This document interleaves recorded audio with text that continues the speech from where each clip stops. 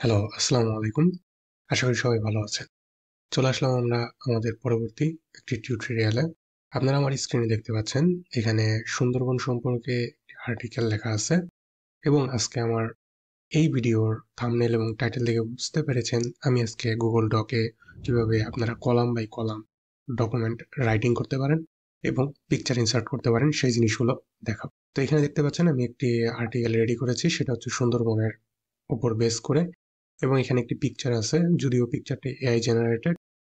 For copyright issue আমি AI generated একটি picture use করেছি এবং এখানে দেখতে পাচ্ছেন আপনারা বিভিন্ন প্যারাগ্রাফ আছে এবং প্যারাগ্রাফগুলো সেপারেটলি দুটা কলাম। এই একটা কলাম, আমার মাউসটা যেখানে দেখতে পাচ্ছেন, এই একটা কলাম এবং এই পাশের একটা কলাম, এই দুটা কলামে ভাগ করা আছে। তো আমরা আজকে এই কাজগুলো কিভাবে আপনারা গুগল ডকে করবেন সেই জিনিসগুলো দেখব। তো চলুন শুরু করে দিই। চলে যাব আমরা গুগল ডকে এবং সেখান থেকে একটি ব্ল্যাঙ্ক ডকুমেন্ট নিব। এই দেখতে পাচ্ছেন ব্ল্যাঙ্ক ডকুমেন্ট। আমি ব্ল্যাঙ্ক ডকুমেন্টে ক্লিক করলাম এবং এখানে একটি ব্ল্যাঙ্ক ডকুমেন্ট ওপেন হয়ে গেছে। এবার আমি যেটা করব সেটা হচ্ছে আমি এখানে টেক্সট ইনসার্ট করব। তো টেক্সট ইনসার্টের জন্য আপনারা সিম্পল টাইপ করতে পারেন বা কোথাও থেকে কপি করতে পারেন, কিংবা আপনারা চাইলে ভয়েস টাইপিংও করতে পারেন। তো নতুন একটি টার্ম শুনলেন আমাদের সেকেন্ড ক্লাসেই, তো এই টার্মটির সাথে আরো বিস্তারিত পরিচিত হব ফিউচারে। তো আমি এখানে টাইপ করতেছি না, যেহেতু টিউটোরিয়াল। তা আমি সুন্দরবনের যে আর্টিকেলটি আপনাদেরকে দেখিয়েছিলাম সেটা আমি এখানে আমার স্টিকি নোটে কপি করে রেখেছি, সেটা জাস্ট আমি কপি এবং এখানে পেস্ট করে দিচ্ছি।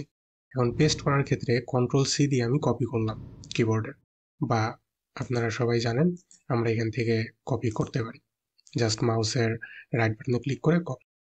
এবার আমরা এখানে পেস্ট করব। পেস্টের এখানে কিন্তু আমরা সিম্পল রাইট বাটনে যদি ক্লিক করি দেন এখানে পেস্টের অপশন আছে। তো এখানে দেখুন লেখা আছে paste, control plus V shortcut দেওয়া আছে। এছাড়াও পেস্ট উইদাউট ফরম্যাটিং, এখানে কন্ট্রোল শিফট ভি এইটাও দেওয়া আছে। এছাড়া কি আর কোনো জায়গা থেকে পেস্ট করা যায়? হ্যাঁ, যায়। সেক্ষেত্রে আমাদেরকে যেতে হবে এডিট, এডিট মেনুতে গেলে দেন দেখেন এখানে লেখা আছে পেস্ট এবং পেস্ট উইদাউট ফরম্যাটিং। তো আমরা পেস্ট উইদাউট ফরম্যাটিংই দিয়ে দিই, যদি কোনো ফরম্যাট থেকেও থাকে সেটাও আমরা চাচ্ছি না, আমরা আমাদের মন মতো ফরম্যাটিং করব। দিয়ে দিলাম এবং দেখুন আমার এখানে কিন্তু পুরো আর্টিকেলটা পেস্ট হয়ে গেছে। এবার এই পুরো আর্টিকেলটা আমি সিলেক্ট করব, মাউসের লেফট বাটন প্রেস করে আমরা সিলেক্ট করতে পারি, ড্র্যাগ করে, বা কন্ট্রোল এ দিয়েও আমরা সিলেক্ট করতে পারি। সিলেক্ট করার পর এই লেখাগুলোকে আমরা জাস্টিফাই অ্যালাইনমেন্ট করব। তো জাস্টিফাই অ্যালাইনমেন্টের জন্য আমাদের উপরে যে টুল বার আছে সেই টুল বারের এখানে দেখুন এই পজিশনটাতে আনলে আপনারা অবশ্যই দেখতে পাচ্ছেন, সেটা হচ্ছে অ্যালাইন। অ্যালাইন পজিশনে যদি আমি আনি, এখানে আমাদের চারটা অপশন আছে।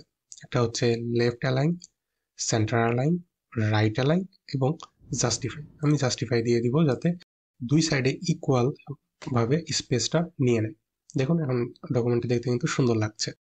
তো আমার আগের ডকুমেন্টে আপনারা দেখেছেন দুটো কলাম করা আছে, তো এই ক্ষেত্রেও আমরা এখানে দুটো কলাম করব। সেই কলাম করার জন্য আমরা এই পুরো টেক্সটটাকে সিলেক্ট করে নিলাম, দেন এখান থেকে ফরম্যাট, ফরম্যাটের পরে দেখুন আমাদের এখানে চলে আসছে কলামস। কলামসে যাওয়ার পর এখানে 2, 3 এবং মোর অপশন আছে। তো আমি এখানে দুটা কলাম নিয়েছি, আপনারা চাইলে তিনটা কলাম করতে পারেন। দেন মোর অপশনে যাওয়ার পর এখানে আপনারা number of column, number of speech, কত স্পেস আপনারা গ্যাপ দিবেন, স্পেসিং, দেন লাইন বিটুইন কলাম, এগুলো দিতে পারেন। তো নর্মালি আপনার এখানে কলামে অনেকেই দুটা কলাম, যদি খুব বেশি বড় পেজ হয়, A3 পেজে আপনি ডকুমেন্ট করতেছেন, সেক্ষেত্রে আপনারা তিনটা কলাম নিতে পারেন, আরও একাধিক কলাম আপনার প্রয়োজন সহকারে নিতে পারেন। তো আমি এখানে দুটো কলাম দিলাম, দেখুন আমার লেখাগুলো কিন্তু দুটো কলামে বিভক্ত হয়ে গেছে। এবার আসি, আমার এখানে দেখতে পেয়েছেন যে ফন্টটা কিন্তু একটু চেঞ্জেস আছে। তো আমরা দেখি, দেখুন এখানে দেখুন এই ফন্ট কিন্তু আমার এই ডকুমেন্টের ফন্টের সাথে মিলছে না। তার জন্য আপনার এখানে কন্ট্রোল এ দিয়ে সিলেক্ট করবেন বা মাউসের লেফট বাটন প্রেস করে রেখে ড্র্যাগ অ্যান্ড ড্রপ করে সিলেক্ট করবেন এবং আমাদের যে টুল প্যানেল আছে, টুল প্যানেলের এখানে দেখুন ফন্ট নামে একটি অপশন আছে, আপনারা মাউস নিলে দেখতে পাবেন এটার নাম ফন্ট। এখানে যদি আপনারা ক্লিক করেন দেখুন এখানে অনেক ফন্ট আছে যেগুলো ফ্রি টু ইউজ। এছাড়াও আপনারা চাইলে এখান থেকে মোর ফন্টে ক্লিক করে আরো অন্যান্য ফন্ট আপনারা অ্যাড করতে পারেন। তো আমি অ্যাড করতেছি না, যে ফন্টগুলো আছে এখান থেকে আমি একটা চুজ করতেছি। তো আমি এখানে কমিক সেন্স এমএস এই ফন্টটা ইউজ করতেছি। দেখুন মোটামুটি আমার ফন্ট ওকে, এটা আমার ফন্ট চলবে। এখন আমার ডকুমেন্টটা মোটামুটি রেডি। এবার আমরা পিকচার ইনসার্ট করব। তো পিকচার ইনসার্ট করার জন্য আমাদেরকে যেটা করতে হবে, এই টুল বক্সেই এখানে ইনসার্ট পিকচার নামে একটি অপশন আছে। এছাড়াও আমরা চাইলে ইনসার্ট থেকে পিকচার বা ইমেজেস এবং upload from computer, search the web, drive, photo, camera বা ইউআরএল দিতে পারি। তো আমি সার্চ দ্য ওয়েবে দিলাম।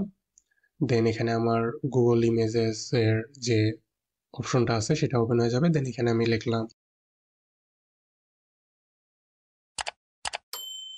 সুন্দরবনস। দেখুন সুন্দরবনের অনেক ছবি চলে আসছে, তো আপনারা ইউজ করতে পারেন।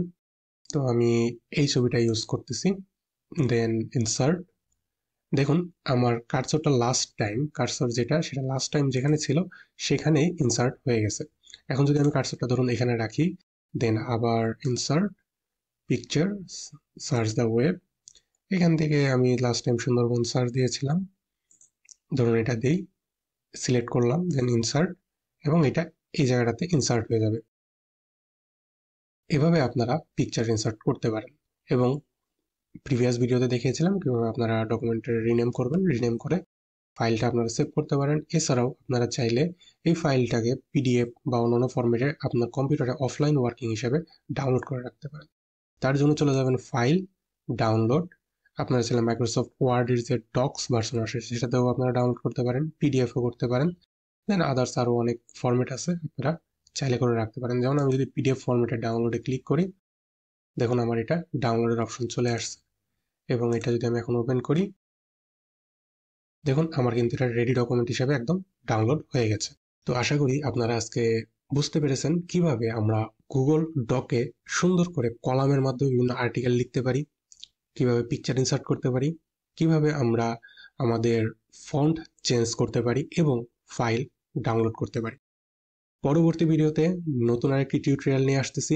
সে পর্যন্ত ভালো থাকবেন, সুস্থ থাকবেন, এবং অবশ্যই এই ভিডিওটি যদি ভালো লাগে লাইক দিবেন, কমেন্টসে আপনাদের মতামত জানাবেন এবং সাবস্ক্রাইব করতে ভুলবেন না। আল্লাহ হাফেজ।